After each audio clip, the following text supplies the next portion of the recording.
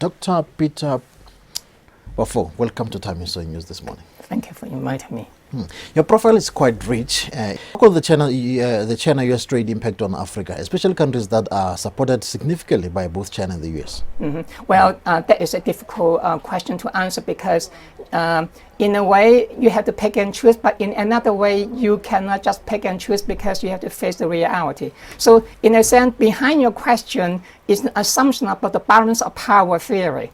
What if, for example, a rising power comes of a hegemon? Are you going to balance it or are you going to accommodate it? So there's some assumption behind your question. I think that the balance of power theory is also very problematic. If you look into history, there are a lot of cases where you have a new hegemon, but when it comes up, for example, some other lesser powers, instead of balancing, they become accommodating. That's called bandwagoning. So I think that in some of those African countries, they have to pick and choose, but in some of the cases, they try to maneuver between the two. But in the end, I do think that in the longer term, not in the short term, you have this kind of rivalry and conflict.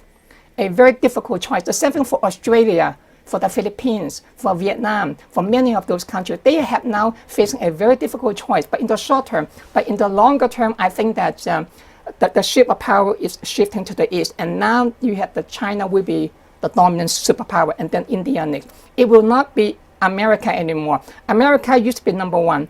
But in my book, for example, Beyond the World of Titans and the Remaking of World Order, I have already predicted a long time ago that we are facing a new world. I call it a post-Cold War era, in which the number one gradually will not be the U.S. anymore. It will be China and then India. So it's a longer term.